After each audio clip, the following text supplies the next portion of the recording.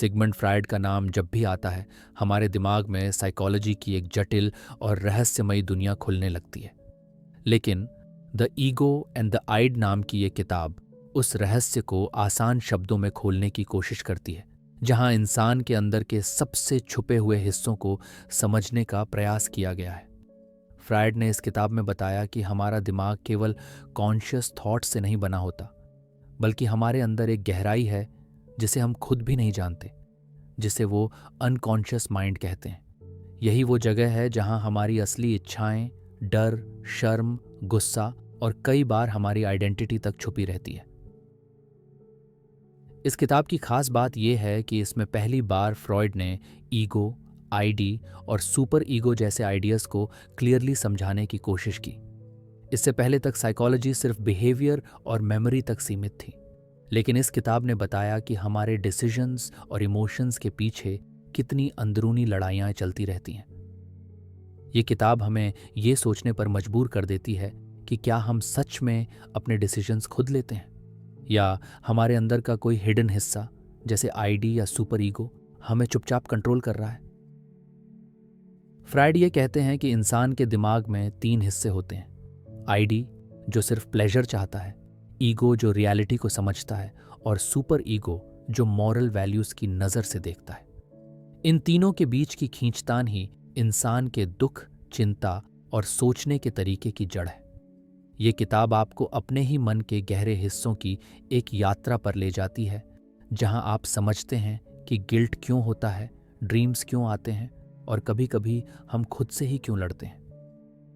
जो लोग ये सोचते हैं कि इंसान सिर्फ सोचने और समझने वाली मशीन है, उनके लिए ये किताब एक झटका है, क्योंकि फ्रायड ने दिखाया कि हम अपने ही अंदर के सबसे बड़े सीक्रेट से अनजान होते हैं। द ईगो एंड द आइड एक ऐसी खिड़की खोलती है जहां से हम अपने ही मन को पहली बार साफ साफ देख पाते हैं, जैसे कोई आईना जो हमें हमारा असली रूप दिखा देता है। अगर आप जानना चाहते हैं कि आपके मन के अंदर चल रही हर एक सटल लड़ाई कहाँ से शुरू होती है, तो ये किताब आपके लिए है। ये सिर्फ साइकोलॉजी की किताब नहीं, ये एक दर्पण है जिसमें झांक कर आप खुद से मिल सकते हैं।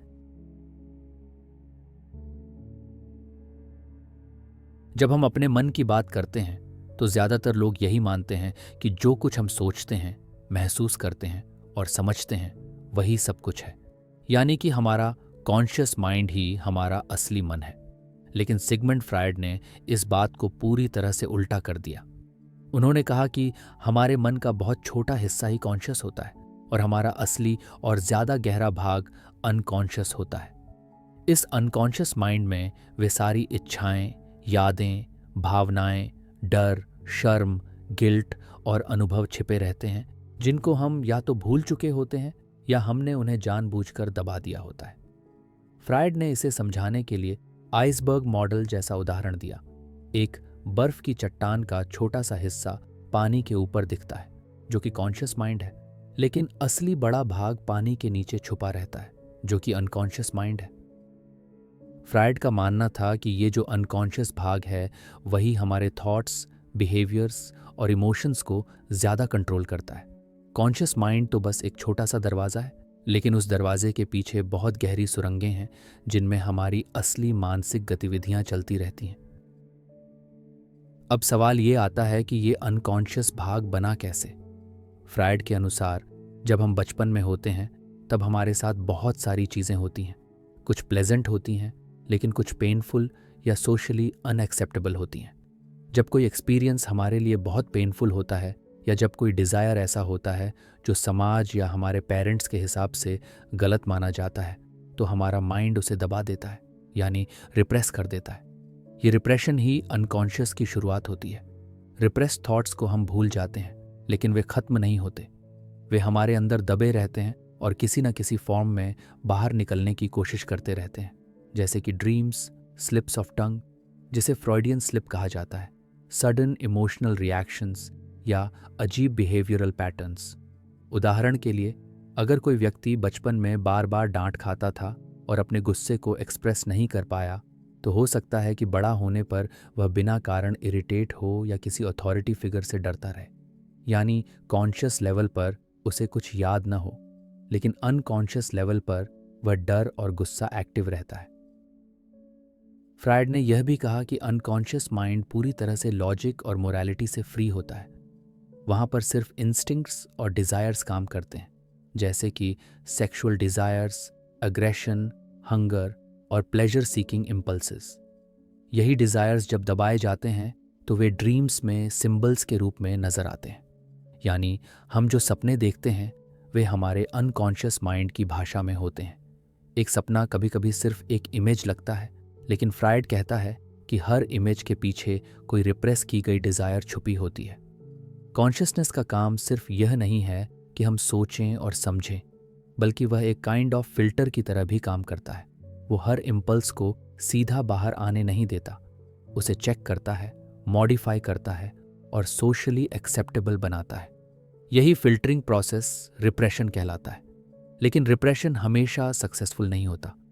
जब ये बहुत इंटेंस हो जाता है तब हमारे मन में एंग्जाइटी, फोबिया, ऑब्सेशन जैसे साइकोलॉजिकल सिम्टम्स बनने लगते हैं। फ्रॉइड के हिसाब से मेंटल इलनेस का कारण यही होता है, जब अनकॉन्शियस डिज़ायर्स दबती जाती हैं और कॉन्शियस माइंड उनसे कॉन्फ्लिक्ट करता है।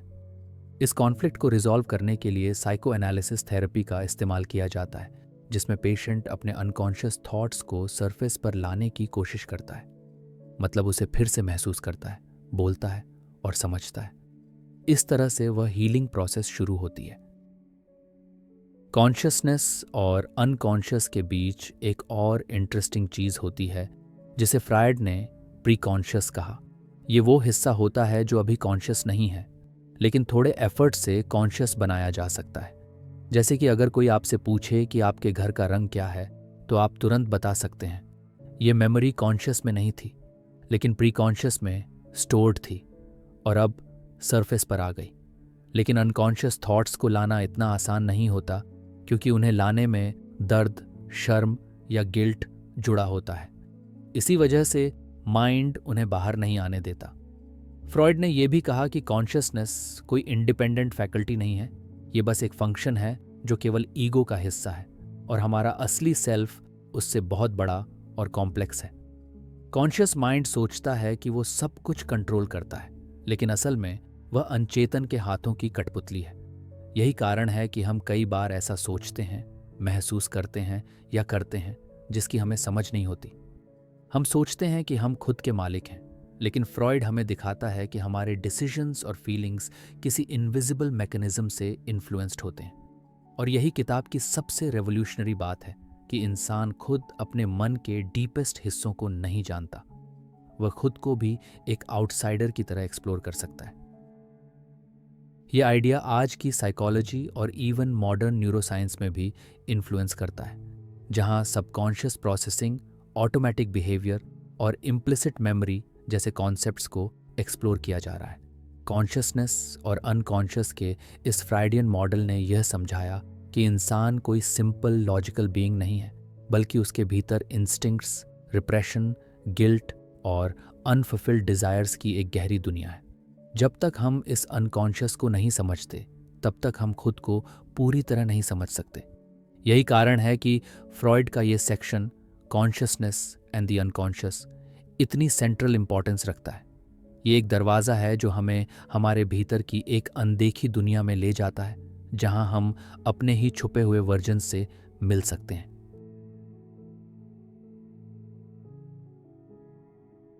जब हम ईगो और आइड की बात करते हैं, तो ज़्यादातर लोग इन शब्दों को या तो गलत समझते हैं या बहुत जटिल मान लेते हैं। लेकिन फ्रायड ने इन दोनों को बहुत ही गहरे और सरल तरीके से समझाया कि इंसान के मन की बनावट किस तरह से काम करती है। फ्रायड के अनुसार इंसान का मन सिर्फ विचारों, भावनाओं और यादों का मिला-जुला ढांचा नहीं है, बल्कि उसके अंदर अलग अलग ताकतें काम करती हैं जो हमेशा आपस में टकराती रहती हैं। इन ताकतों को समझने के लिए उन्होंने माइंड को 3 हिस्सों में बांटा: आइड, ईगो और सुपर ईगो। इस सेक्शन में हम सिर्फ 2 हिस्सों, ईगो और आइड की बात करेंगे, क्योंकि यही दोनों मन की सबसे मूलभूत शक्तियां हैं जो हमारी सोच, चाहत, व्यवहार और संघर्ष को गहराई से प्रभावित करती हैं। सबसे पहले बात करते हैं आइड की। आइड इंसान के मन का सबसे पुराना और सबसे प्रिमिटिव हिस्सा है। ये जन्म से ही हमारे अंदर होता है।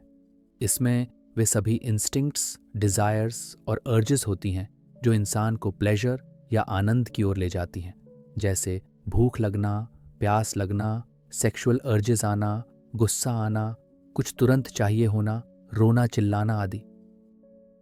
आईडी को किसी समाज की परवाह नहीं होती, इसे कोई मोरालिटी या एथिक्स नहीं समझ आती और न ही ये रियल वर्ल्ड रूल्स को मानता है। इसका एक ही प्रिंसिपल होता है, प्लेजर प्रिंसिपल, यानी मुझे जो चाहिए वो अभी चाहिए, चाहे वो सोशली एक्सेप्टेबल हो या नहीं।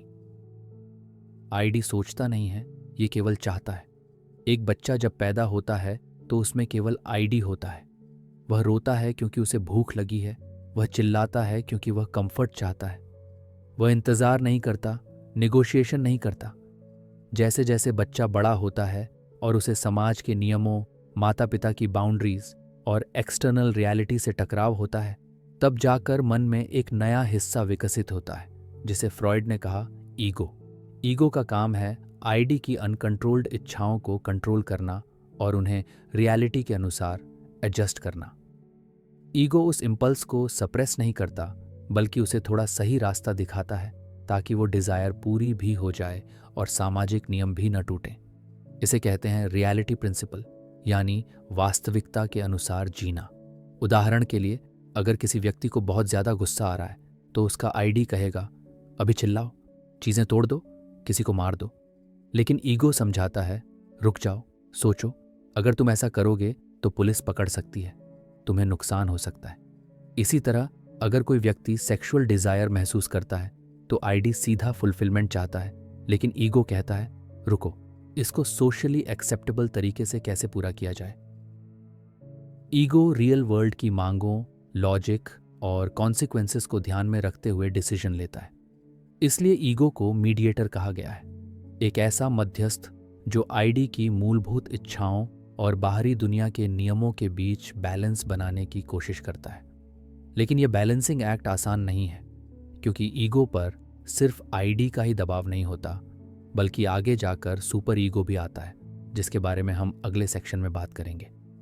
पर ईगो और आइड के रिश्ते की बात करें तो यह बहुत कॉम्प्लेक्स है।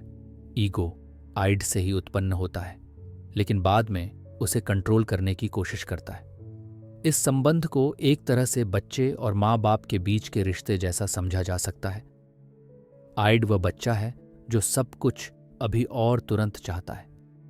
ईगो वह पेरेंट है जो उसे बाउंड्रीज में रखने की कोशिश करता है, समझाता है और कभी कभी रोकता भी है। फ्रायड कहते हैं कि ईगो पूरी तरह से इंडिपेंडेंट नहीं होता, वह खुद आईडी की जमीन से उगता है। यानी ईगो की जड़ें भी उसी अनकॉन्शियस में होती हैं जहां आईडी मौजूद है। इसलिए ईगो हमेशा खतरे में रहता है। वह न आइड को पूरी तरह दबा सकता है, न ही उसकी हर बात मान सकता है। उसे हर समय बैलेंस बनाना पड़ता है और यही कांस्टेंट स्ट्रगल एंग्जाइटी को जन्म देती है। फ्रायड के अनुसार मेंटल डिसऑर्डर्स, न्यूरोसिस और कई बिहेवियरल प्रॉब्लम्स इसी इंटरनल कॉन्फ्लिक्ट की वजह से पैदा होते हैं। ईगो को लगातार 3 तरफ से दबाव झेलना पड़ता है। आईडी की प्रिमिटिव और पावरफुल डिजायर्स, सुपर ईगो की मॉरल और आइडियल डिमांड्स और बाहरी दुनिया की एक्सपेक्टेशंस। और इस सब के बीच ईगो बेचारा समझौते करता रहता है। ईगो डिफेंस मैकेनिज्म्स का सहारा लेता है ताकि वह आईडी की इच्छाओं को दबा सके या उन्हें एक्सेप्टेबल रूप में बाहर आने दे, जैसे रिप्रेशन, डिनायल, प्रोजेक्शन, डिस्प्लेसमेंट आदि।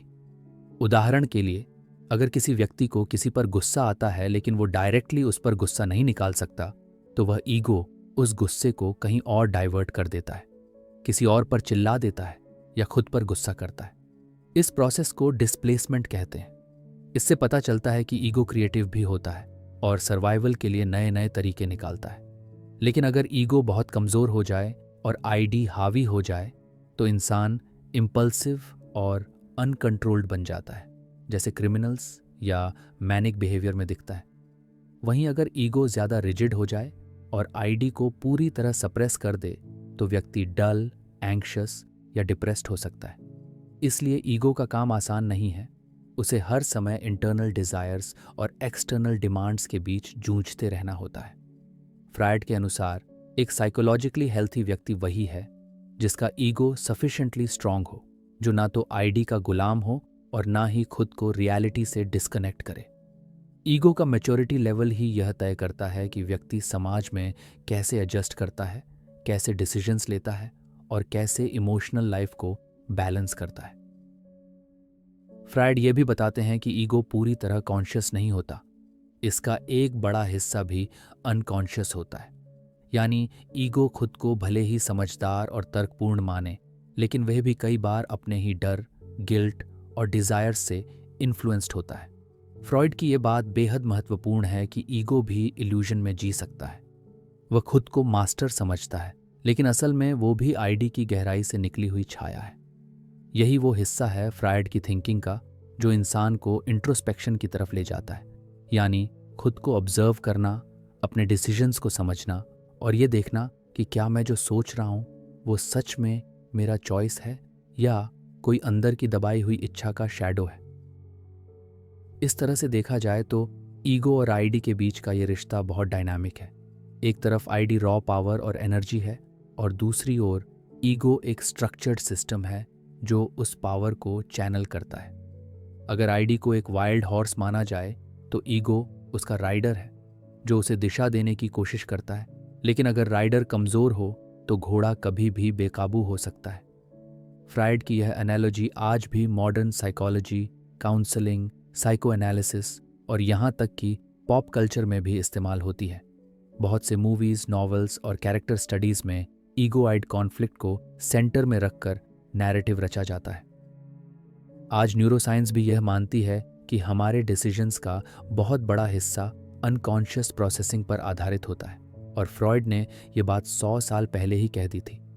उनकी इंसाइट इस बात को समझने में मदद करती है कि इंसान का व्यवहार सिर्फ सोच समझ से नहीं चलता, बल्कि कई हिडन मैकेनिज्म्स उसे ऑपरेट करते हैं। इसलिए जब हम ईगो एंड आईडी को समझते हैं तो हम सिर्फ मनोविज्ञान नहीं बल्कि इंसानी नेचर, स्ट्रगल, कॉन्फ्लिक्ट और आइडेंटिटी को भी समझने की कोशिश कर रहे होते हैं। फ्रायड के अनुसार सेल्फ अवेयरनेस यानी खुद को पहचानने की शुरुआत तभी होती है जब हम ईगो और आईडी के इस इंटरनल डायलॉग को सुनना शुरू करते हैं। ईगो कोई स्टैटिक चीज़ नहीं है, यह अनुभवों से बदलता है, छोटों से सीखता है और धीरे धीरे मजबूत बन सकता है। पर यह तभी संभव है जब व्यक्ति अपने आईडी से भागने की बजाय उसे समझे, उसके सिग्नल्स को डिकोड करे और उस रॉ एनर्जी को एक मीनिंगफुल डायरेक्शन दे। यही पैसाइकोएनालिसिस का मकसद भी होता है, अंदर के आईडी की आवाज़ को दबाना नहीं, बल्कि ईगो को इतना मैच्योर बनाना कि वह उस आवाज़ को सुन सके, समझ सके और सही डायरेक्शन में गाइड कर सके। इसी के साथ फ्रॉइड का the ego and the id section ये दिखाता है कि हमारे अंदर हमेशा एक टकराव चलता रहता है, एक वाइल्ड एनर्जी और एक सोचने वाली चेतना के बीच, और इस टकराव को समझना ही इंसानी मन को जानने का पहला कदम है।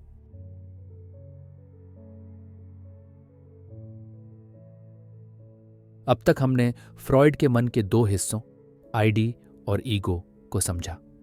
आईडी वो कच्चा जंगली हिस्सा था जो केवल आनंद चाहता है, और ईगो वो हिस्सा था जो उसे काबू में रखता है, समाज और वास्तविकता के अनुसार।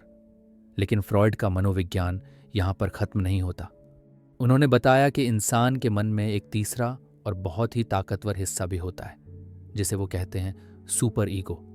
सुपर ईगो को आप ऐसे समझिए जैसे आपके अंदर का एक सख्त और नैतिक जज हो, जो हर समय यह तय करता है कि आपने सही किया या गलत, और अगर गलत किया तो आपको शर्म, गिल्ट या आत्मग्लानि का एहसास कराता है। ईगो तो बाहर की दुनिया और अंदर की इच्छाओं के बीच तालमेल बैठाने की कोशिश करता है, लेकिन सुपर ईगो उसे लगातार यह याद दिलाता रहता है कि तुम्हें यह करना चाहिए था, यह सही नहीं था, तुम गलत हो।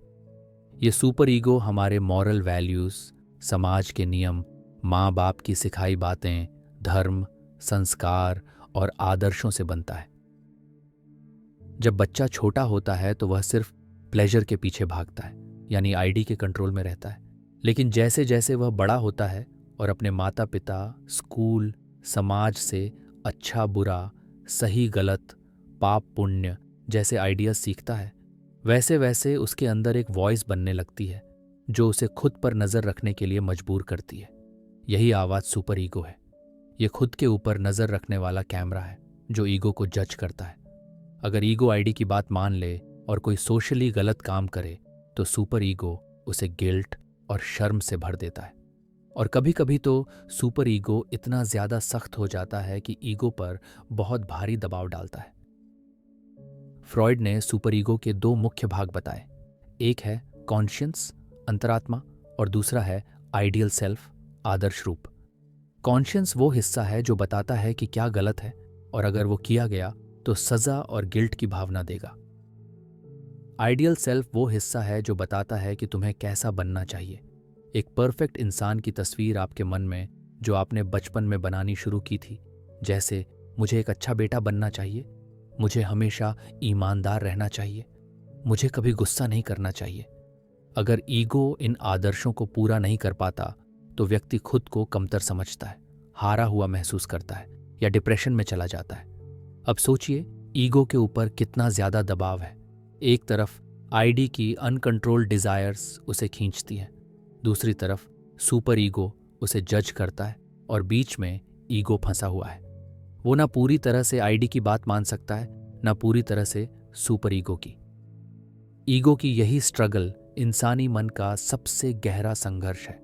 और जब यह संघर्ष बहुत ज्यादा हो जाता है तो व्यक्ति में गिल्ट, एंग्जाइटी, इंफीरियोरिटी कॉम्प्लेक्स या ऑब्सेशन जैसी समस्याएं पैदा हो जाती हैं। कभी कभी तो सुपर ईगो इतना ज्यादा सख्त और क्रूर बन जाता है कि ईगो की हर कोशिश को वो नाकाम बताता है। जैसे एक ऐसा टीचर जो हर समय अपने स्टूडेंट से परफेक्ट परफॉर्मेंस चाहता है और अगर वह थोड़ा भी गलती करे तो उसे इमोशनली सजा देता है। ऐसे केसेस में ईगो अपने आप को वर्थलेस समझने लगता है। कई बार यह इनर गिल्ट और शेम इतनी गहरी हो जाती है कि व्यक्ति सुइसाइडल थॉट्स तक पहुंच जाता है। फ्रॉइड ने कहा कि ऐसे लोग जो खुद को हर समय दोषी महसूस करते हैं वो दरअसल अपने सुपर ईगो के अत्याचार का शिकार होते हैं। वहीं दूसरी तरफ अगर सुपर ईगो बहुत वीक हो और आईडी ज्यादा स्ट्रांग हो जाए तो व्यक्ति बिल्कुल इम्पल्सिव, इमोरल और सेल्फ सेंटर्ड बन जाता है। वो समाज के नियम तोड़ता है, दूसरों की परवाह नहीं करता और सिर्फ अपने प्लेजर्स के पीछे भागता है। तो साइकोलॉजिकल हेल्थ का मतलब होता है ईगो इतना स्ट्रांग हो कि वो आईडी की शक्तिशाली डिजायर्स को समझे और उन्हें सोशली एक्सेप्टेबल तरीके से बाहर लाए, और साथ ही सुपर ईगो की मॉरल डिमांड्स को भी पूरा करे, लेकिन बिना आत्मनफरत के। ईगो को अपनी आवाज सुनाने के लिए सुपर ईगो कभी कभी ड्रीम्स का सहारा भी लेता है, जैसे guilt based dreams, punishment based dreams आदि। इनसे ईगो को बार बार सिग्नल मिलता है कि तुमने कुछ गलत किया है। फ्रॉइड ने यह भी कहा कि सुपर ईगो पूरी तरह से रैशनल नहीं होता। यह भी एक तरह की अनकॉन्शियस स्ट्रक्चर है, यानी इसमें जो वैल्यूज, बिलीफ्स और मॉरल्स होते हैं वो सोच समझ कर नहीं बल्कि समाज और बचपन की कंडीशनिंग से बने होते हैं। इसलिए कई बार ये गलत भी हो सकता है।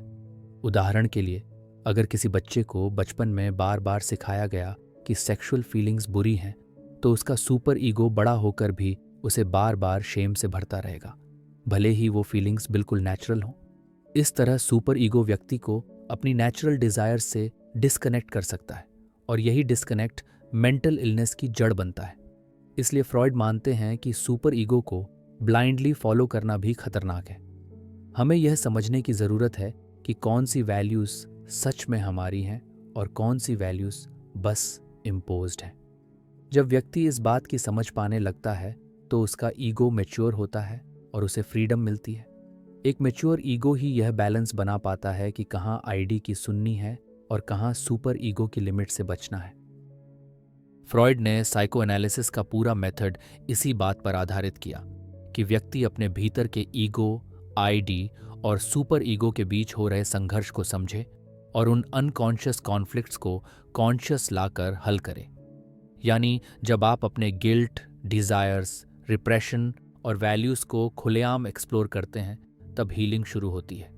यही रीजन है कि फ्रॉइड कहते थे where id was there ego shall be. मतलब ईगो को इतना मजबूत बनाओ कि वह आइड की जगह ले सके, यानी अपने अंदर की रॉ इंस्टिंक्ट्स को समझदारी और संतुलन से संभाल सके। ये बात आज की मॉडर्न थेरेपी और सेल्फ अवेयरनेस प्रैक्टिसेस का भी आधार है। अब अगर हम फ्रॉइड के पूरे स्ट्रक्चर को एक सिंपल फॉर्म में समझना चाहें तो आप इसे ऐसे समझ सकते हैं। आईडी है आपकी इंस्टिंक्ट, ईगो है आपकी समझ और सुपर ईगो है आपकी अंतरात्मा। जब ये तीनों आपस में हेल्थी कम्युनिकेशन में होते हैं तब आप एक संतुलित, समझदार और शांत व्यक्ति होते हैं। लेकिन जब ये टकराव में होते हैं, जब आईडी अनकंट्रोल्ड हो, ईगो कमजोर हो और सुपर ईगो अत्याचारी हो, तब अंदरूनी संकट पैदा होता है। इसलिए जरूरी है कि हम अपने सुपर ईगो को भी ऑब्जर्व करें, उसकी सिखाई बातों को क्वेश्चन करें और ईगो को इतना एम्पावर करें कि वह खुद डिसाइड कर सके कि क्या सही है और क्या गलत। फ्रॉइड का यह कॉन्सेप्ट केवल साइकोलॉजी की बात नहीं करता, बल्कि यह हमें यह भी सिखाता है कि इंसान को सही मायनों में आज़ाद और समझदार बनने के लिए अपने अंदर के जज, अपने अंदर के वाइल्ड एनिमल और अपने डिसीजन मेकर को पहचानना और संतुलन में रखना जरूरी है। यही जीवन में संतुलन, आत्मस्वीकृति और मानसिक शांति की कुंजी है। फ्रॉइड ने इंसान के व्यवहार और मनोविज्ञान को समझाने के लिए एक बहुत ही दिलचस्प और गहराई भरी बात कही। उन्होंने कहा कि हमारे मन के भीतर दो जबरदस्त ताकतें हर समय काम करती हैं। इन्हें उन्होंने कहा दो इंस्टिंक्ट्स या ड्राइव्स। एक है लाइफ इंस्टिंक्ट, जीवन की प्रवृत्ति, और दूसरी है डेथ इंस्टिंक्ट, मृत्यु की प्रवृत्ति। ये बात सुनने में थोड़ी अजीब लग सकती है कि कोई इंसान क्यों अपनी ही मृत्यु की तरफ खींचेगा, लेकिन फ्रॉइड ने बताया कि इंसान सिर्फ जीने के लिए नहीं बना, बल्कि उसके अंदर एक गहरा विरोध भी छिपा है, जीने और मिट जाने के बीच का द्वंद्व। पहले बात करते हैं लाइफ इंस्टिंक्ट की, जिसे फ्रॉइड ने कहा एरोस। ये इंस्टिंक्ट हमें जीवन की ओर खींचती है, हमें जोड़ती है, प्यार कराती है, परिवार बनवाती है, समाज में मिलकर रहने की प्रेरणा देती है। यही इंस्टिंक्ट हमें सरवाइव करने की ताकत देती है। खाना खाना, रिश्ते बनाना, काम करना, बच्चों को पालना, दुनिया को आगे बढ़ाना, ये सब एरोस की ही देन है। इसके जरिए हम प्लेजर, क्रिएटिविटी, बॉन्डिंग, सेक्सुअलिटी और ग्रोथ की तरफ जाते हैं। एरोस का अल्टीमेट मकसद है जीवन को बनाए रखना और फैलाना। फ्रॉइड ने इसे केवल शारीरिक इंस्टिंक्ट नहीं माना, बल्कि यह इंसान के बिहेवियर, मोटिवेशन और प्यार के पीछे छिपी मुख्य ताकत है। अब बात करते हैं दूसरी इंस्टिंक्ट की, जो एरोस से बिल्कुल उलटी है और जिसे फ्रॉइड ने कहा थानाटोस या डेथ इंस्टिंक्ट। ये वो प्रवृत्ति है जो हर इंसान के अंदर कहीं ना कहीं मौजूद होती है, लेकिन अक्सर छिपी रहती है। ये हमें तोड़ने, खत्म करने, शांत हो जाने और अंत की तरफ जाने के लिए प्रेरित करती है। फ्रॉइड ने इसे समझाने के लिए कहा कि हर चीज़ जो बनी है वह एक दिन खत्म भी होगी। जैसे एक इमारत बनती है तो धीरे धीरे टूटती भी है, वैसे ही इंसान का शरीर और मन भी किसी न किसी स्तर पर टूटने और मिटने की ओर चलता है। ये इंस्टिंक्ट डिस्ट्रक्शन, विनाश से जुड़ी होती है, जैसे गुस्सा, नफरत, हिंसा, आत्म नुकसान, सेल्फ सैबोटाज और डिप्रेशन भी कभी कभी इसी ड्राइव की वजह से होते हैं।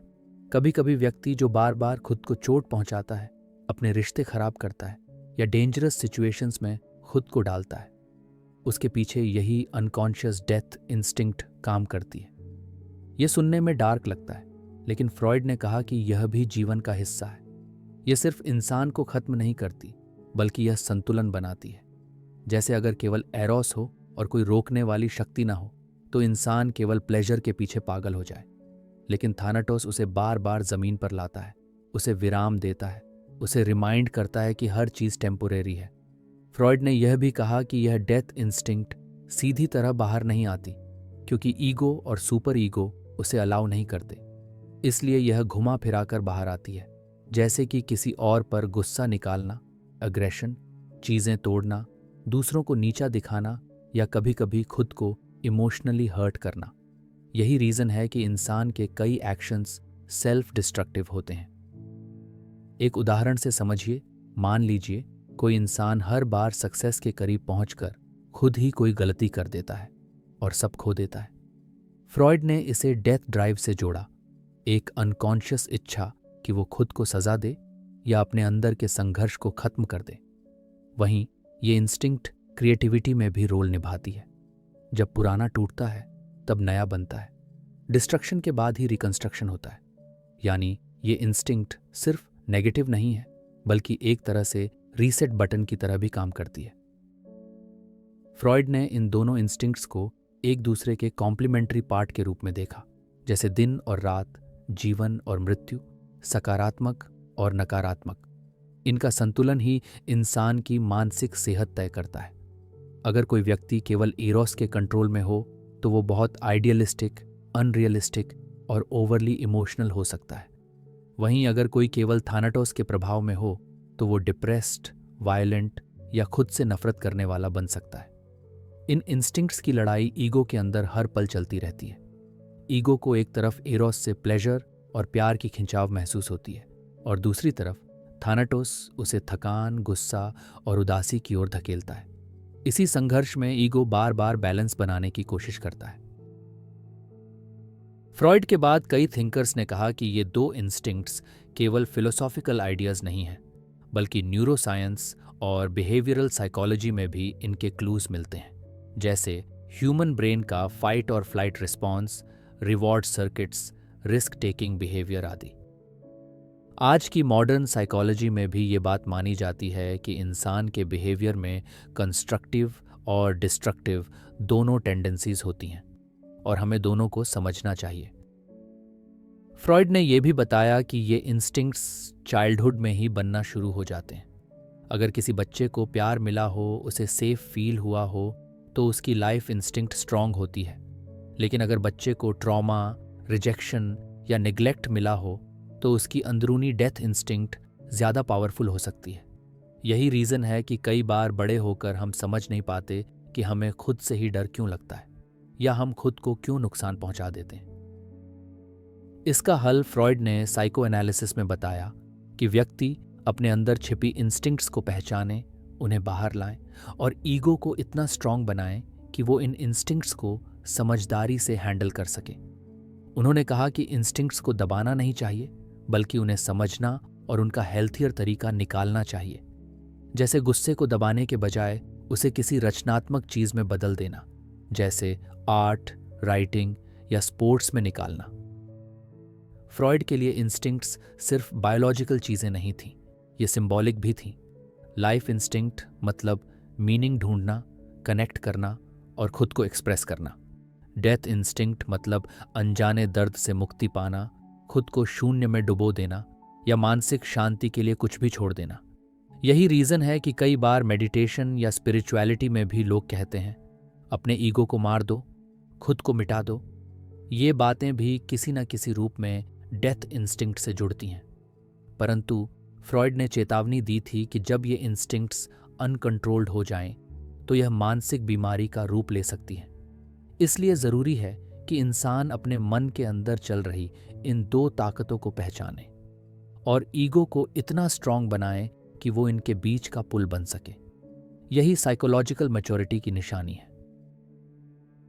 आखिर में फ्रॉइड ने यह भी कहा कि सिविलाइजेशन का डेवलपमेंट भी इन इंस्टिंक्ट्स के संघर्ष का ही नतीजा है। समाज हमें सिखाता है कि कैसे डेथ इंस्टिंक्ट को कंट्रोल करके उसे आर्ट, रिलीजन, लॉ और कल्चर के जरिए चैनल किया जाए। जब हम अग्रेशन को लड़ाई में नहीं बल्कि क्रिएटिविटी में बदलते हैं, तब हम एक सिविलाइज्ड बीइंग बनते हैं। यही कारण है कि फ्रॉइड के अनुसार एक आर्टिस्ट, एक लवर और एक फिलॉसफर तीनों एक ही बात की अलग अलग अभिव्यक्ति हैं, लाइफ और डेथ के बीच के डांस की। और ये डांस हर इंसान के भीतर चल रहा है, हर पल।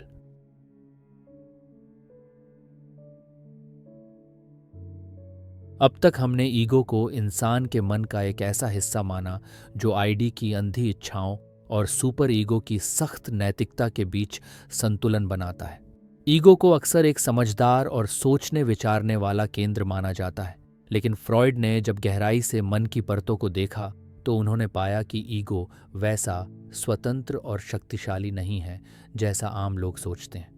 वास्तव में ईगो कई शक्तियों के अधीन काम करता है, यानी उसकी अपनी कोई एब्सोल्यूट ताकत नहीं होती।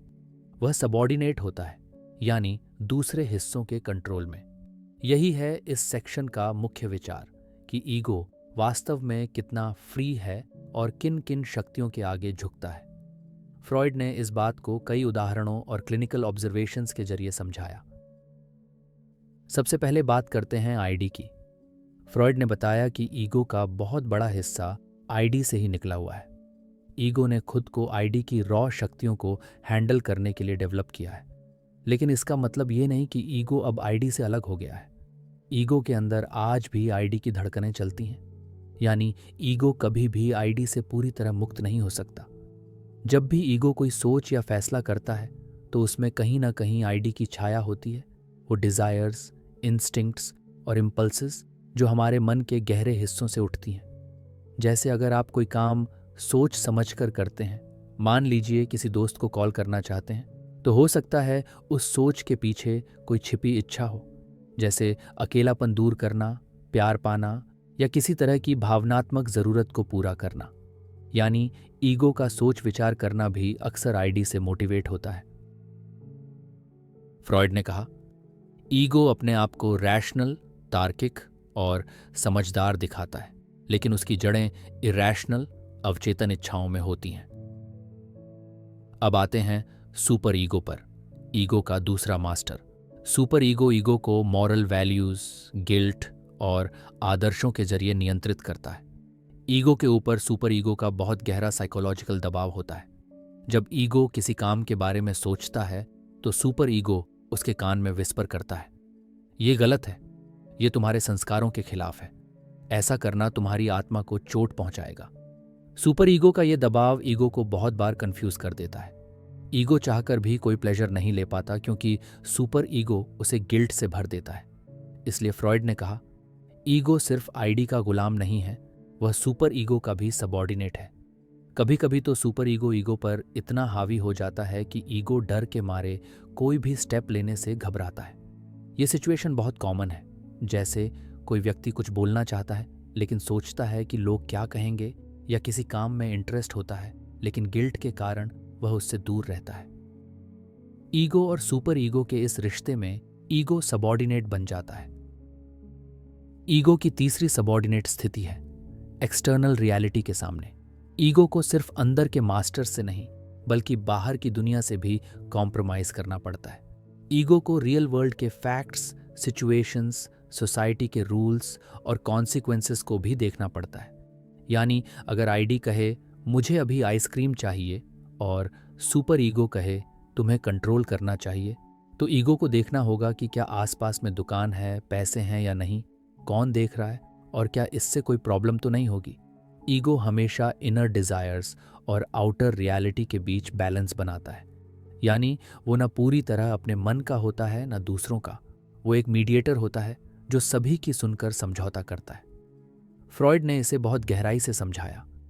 उन्होंने कहा कि ईगो एक पॉलिटिशियन की तरह होता है जो 3 शक्तिशाली पक्षों को खुश रखने की कोशिश करता है, ID, desire, super ego, morality और रियलिटी, बाहरी दुनिया।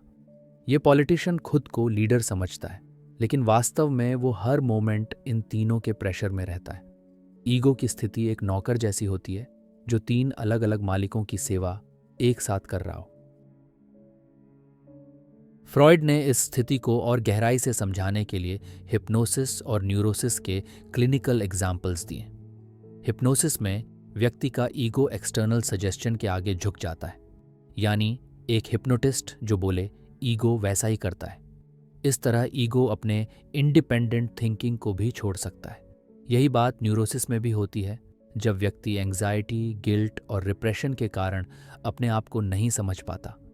उसकी सोच, उसकी इच्छा और उसका इमोशन सब बिखरे रहते हैं। फ्रॉइड ने यह भी बताया कि ईगो के पास डिफेंस मैकेनिज्म्स होते हैं, जैसे रिप्रेशन, दबाना, डिनायल, इनकार करना, प्रोजेक्शन, दूसरों पर डालना, रैशनलाइजेशन, बहाने बनाना आदि।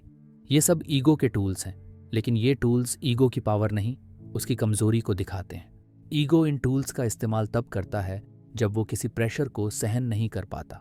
यानी ईगो अपने आप को सेफ रखने के लिए इल्यूजन, भ्रम भी पैदा करता है, और ये इल्यूजन उसे टेम्पोरेरीली रिलीफ तो देते हैं, लेकिन लॉन्ग टर्म में साइकोलॉजिकल प्रॉब्लम्स पैदा करते हैं।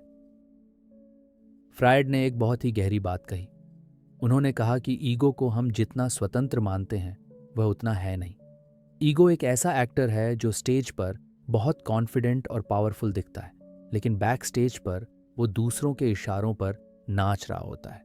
यही वजह है कि इंसान खुद को कभी पूरी तरह नहीं समझ पाता, क्योंकि उसका ईगो ही एक भ्रम में जी रहा होता है। इसी वजह से फ्रॉइड ने यह कहा कि साइको एनालिसिस का मकसद ईगो को सच से मिलाना है। ईगो को समझाना है कि तुम्हारे एक्शंस और थॉट्स असल में किन ताकतों से चल रहे हैं। जब ईगो ये समझ पाता है तो वह ज्यादा मैच्योर और फ्लेक्सिबल बनता है। अब फ्रॉइड ने यहां एक और चौथी चीज की बात की जो ईगो को इन्फ्लुएंस करती है, और वो है अनकॉन्शियस माइंड। ईगो खुद को कॉन्शियस समझता है, यानी मैं जो सोच रहा हूं वही मैं हूं। लेकिन फ्रॉइड ने कहा कि ईगो का बहुत बड़ा हिस्सा अनकॉन्शियस होता है। ईगो को लगता है कि वह निर्णय ले रहा है, लेकिन वो निर्णय पहले ही अनकॉन्शियस लेवल पर बन चुका होता है। ईगो बस उस डिसीजन को जस्टिफाई करता है। इसका मतलब ईगो अपने ही माइंड के डीपर पार्ट्स को नहीं जानता। ईगो सरफेस पर रहता है और उस आइसबर्ग के टिप जैसा होता है जिसका बड़ा हिस्सा पानी के नीचे छुपा होता है।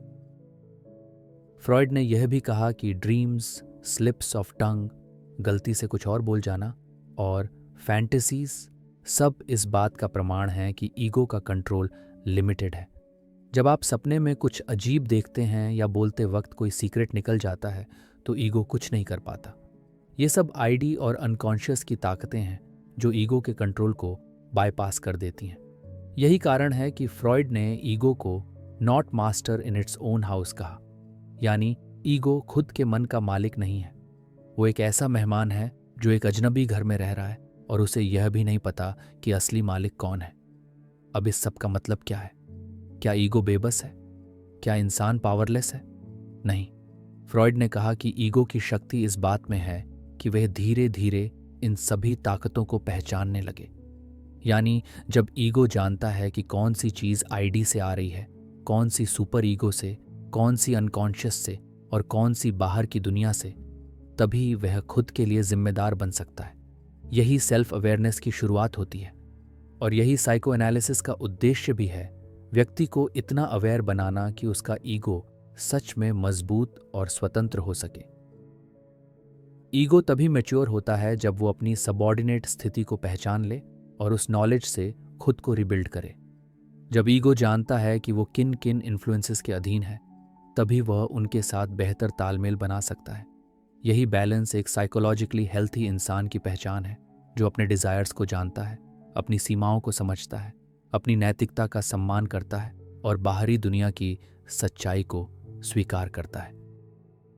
वह ईगो जो यह सब सीख लेता है, वह सबऑर्डिनेट होते हुए भी पावरफुल बनता है। यही फ्रॉइड का जीनियस है कि उन्होंने ईगो को ना तो भगवान बनाया, ना ही बेबस। उन्होंने उसे एक जर्नी पर रखा, एक ऐसा हिस्सा जो लड़खड़ाता है, सीखता है और धीरे धीरे इवॉल्व करता है। यही हम सबकी इनर जर्नी भी है, अपने ईगो को सच के साथ अलाइन करना। अब तक हमने फ्रॉइड की इस छोटी मगर गहरी किताब द ईगो एंड द आइड को स्टेप बाय स्टेप समझा। शुरुआत हुई कॉन्शियसनेस और अनकॉन्शियस की बातों से, जहां फ्रॉइड ने बताया कि इंसान का दिमाग सिर्फ वो नहीं है जो हम सोचते हैं, बल्कि बहुत कुछ ऐसा भी है जो छुपा हुआ है, जिसे हम जानते नहीं, लेकिन वो हमारे एक्शंस को कंट्रोल करता है। फिर हमने देखा कि ईगो और आइड असल में क्या है। ईगो जो खुद को समझदार मानता है और आइड जो बिना सोचे बस प्लेजर चाहता है। इन दोनों के बीच का टकराव इंसानी मन का असली स्ट्रगल है। फिर सुपर ईगो आया, जो हमारे अंदर के नैतिक मूल्य और गिल्ट की आवाज है, जो ईगो पर दबाव डालता है कि क्या सही है और क्या गलत। और आखिर में हमने देखा कि ईगो असल में 3 ताकतों के अधीन होता है: आइड, सुपर ईगो और बाहरी दुनिया। ईगो खुद को मास्टर समझता है, लेकिन वो हर वक्त समझौता कर रहा होता है। यही फ्रॉइड का मेन इंसाइट था कि इंसान खुद को पूरी तरह नहीं समझता, और जो वो सोचता है कि वो मैं हूं, वो दरअसल इन्फ्लुएंसेस और अनकॉन्शियस डिजायर्स का मिला जुला प्रोडक्ट है। इस किताब की सबसे बड़ी खासियत यह है कि यह हमें खुद को बेहतर समझने की शुरुआत देती है। ये कोई स्पिरिचुअल किताब नहीं है, न ही कोई मोटिवेशनल बात है, बल्कि ये एक साइंटिफिक और क्लिनिकल कोशिश है ये समझने की कि इंसान का मन कैसे काम करता है। अगर कोई इस किताब को ध्यान से समझे तो वह अपने थॉट्स, इमोशंस, डिज़ायर्स और कॉन्फ्लिक्ट्स को ज़्यादा ऑनेस्ट तरीके से देख पाएगा। और यही पहला स्टेप है किसी भी इनर चेंज की तरफ। आउटरो में बस यही कहना है कि द ईगो एंड द आइड कोई आसान किताब नहीं है, लेकिन अगर आप इसमें गहराई से उतरें तो ये आपके सेल्फ अवेयरनेस की जर्नी में एक मजबूत फाउंडेशन बन सकती है। फ्रॉइड का काम आज भी रेलेवेंट है क्योंकि इंसान आज भी अपने ही मन से कंफ्यूज्ड है। अगर हम सच में खुद को समझना चाहते हैं तो इस किताब को समझना बहुत ज़रूरी है। अगर आपको यह वीडियो पसंद आया हो तो इसे लाइक करें, शेयर करें और चैनल को सब्सक्राइब ज़रूर करें। कमेंट में बताएं कि फ्रॉइड के इन आइडियाज़ ने आपको खुद के बारे में क्या नया सोचने पर मजबूर किया। धन्यवाद।